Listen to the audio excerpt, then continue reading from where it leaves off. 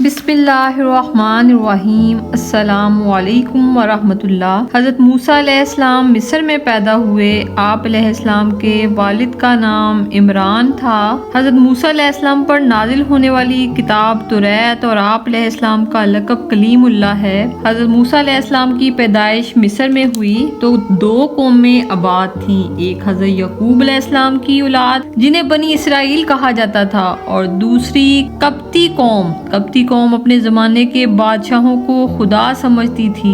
انہوں نے بنی اسرائیل کو غلام بنا رکھا تھا، اس پر طرح طرح کے ظلم کرتے تھے۔ حضرت موسیٰ علیہ السلام کے زمانے میں مصر کا بادشاہ فرعون تھا۔ فرعون کو نجومیوں نے بتایا کہ بنی اسرائیل میں ایک لڑکا پیدا ہوگا جو تمہاری بربادی کا سبب بنے گا، اس لیے وہ بنی اسرائیل میں جب لڑکے پیدا ہوتے تو ان کو قتل کروا دیا کرتا تھا اور لڑکیوں کو زندہ چھوڑ دیتا تھا۔ جب حضرت موسیٰ علیہ السلام کی پیدائش ہوئی تو آپ علیہ السلام کی والدہ نے اللہ تعالیٰ کے حکم سے آپ علیہ السلام کو صندوق میں بند کر کے دریائے نیل میں بہا دیا۔ فرعون کی بیوی حضرت آسیہ علیہ السلام نے اس صندوق کو دریا میں تیرتے ہوئے دیکھا تو صندوق منگوا لیا۔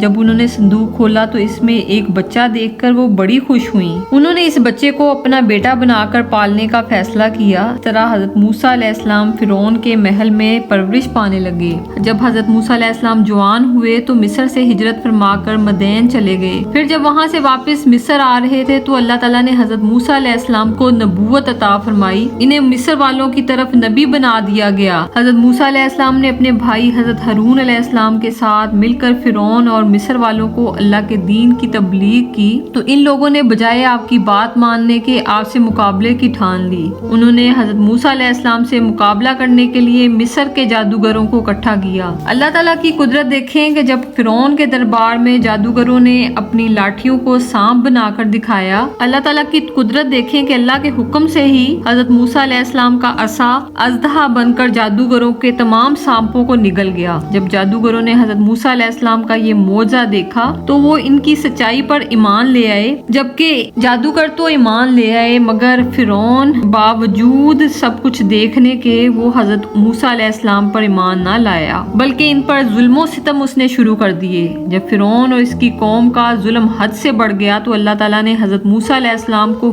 حکم دیا کہ وہ اپنی قوم بنی اسرائیل کو لے کر مصر سے ہجرت کر جائیں۔ اللہ تعالیٰ کے حکم کی تعمیل میں حضرت موسیٰ علیہ السلام اپنی قوم کو ساتھ لے کر مصر سے روانہ ہو گئے۔ جب فرعون کو اس بات کا پتہ چلا تو وہ اپنے لشکر کے ساتھ ان کے پیچھے ہو لیا۔ تو حضرت موسیٰ علیہ السلام ایک سمندر کے کنارے پر پہنچے تو فرعون بھی اپنے لشکر کے ساتھ وہاں پہنچ گیا۔ حضرت موسیٰ علیہ السلام کی قوم سمندر میں داخل ہو گئی اور آپ کے پیچھے فرعون نے بھی اپنا لشکر لگا دیا اور وہ بھی سمندر میں داخل ہو گیا۔ پھر اللہ تعالیٰ نے حضرت موسیٰ علیہ السلام کو حکم دیا کہ اپنا عصا سمندر پر مارے، تو جب انہوں نے اپنا عصا سمندر پہ مارا تو اللہ کے حکم سے سمندر میں راستہ بنتا چلا گیا، اور جب فرعون ان کے پیچھے اپنا لشکر لے کر آیا تو وہ لشکر سمیت دریا میں جب اترا تو اللہ کے حکم سے سمندر کا پانی آپس میں مل گیا اور فرعون اور اس کا لشکر وہیں پر غرق ہو گئے، جبکہ حضرت موسیٰ علیہ السلام اپنی قوم کو سمندر میں سے سلامتی کے ساتھ لے کر گزر گئے۔ یہ شانیں ہیں اللہ تعالیٰ کی، وہ اپنے بندوں کو جب چاہتا ہے تو سمندر میں سے بھی گزار دیتا ہے۔ سمندر پار کرنے کے بعد حضرت موسیٰ علیہ السلام اپنی قوم کو لے کر ایک وادی میں پہنچے تو وہاں سخت گرمی تھی